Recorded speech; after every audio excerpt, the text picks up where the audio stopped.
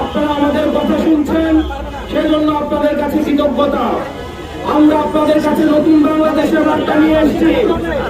সেই বাংলাদেশে আমাদের প্রথম এবং প্রধান যে জায়গাটি, সেটি হচ্ছে আমাদের নতুন বাংলাদেশ হলো বৈষম্যমূলক বাংলাদেশ।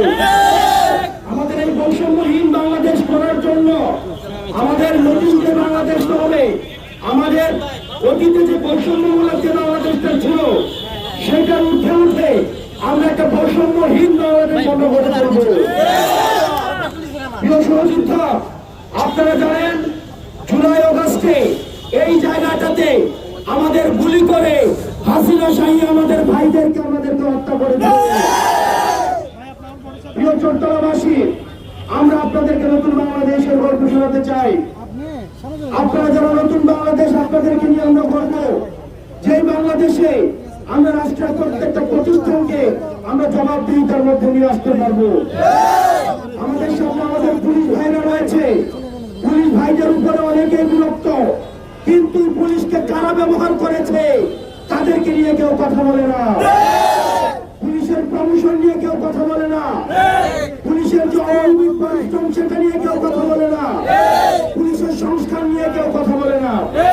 আমরা সংস্কার নিয়ে কথা বলছি। আমরা কথা বলছি, আমরা এমন একটা বাংলাদেশ গড়ব যেখানে পুলিশকে আর কেউ লাঠিয়াল হিসাবে ব্যবহার করতে পারবে না। আমরা এমন একটা বাংলাদেশ করতে চাই যেখানে প্রশাসনকে আর লাঠিয়াল হিসাবে ব্যবহার করতে পারবে না। আমরা এমন একটা বাংলাদেশ করতে চাই যে বাংলাদেশে ওসিকে এবং ইউনিকে দাঁড় করিয়ে সাক্ষ্য রেখে কোন মিডনাইট ইলেকশনে প্রচলিত হবে না, আমি ভার্সেস দামি ইলেকশনে প্রচলিত হবে না।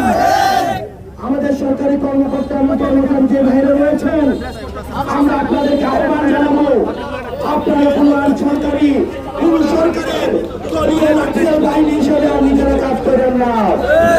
আপনারা যেভাবে 5 আগস্টে জনগণের কাতারে নেমে এসছেন, আপনারা বিশ্বাসী ভাবে আপনারা জনগণের কাতারে আমরা একসাথে আমাদের পরবর্তী বাংলাদেশ বিনির্মাণ করতে হবে।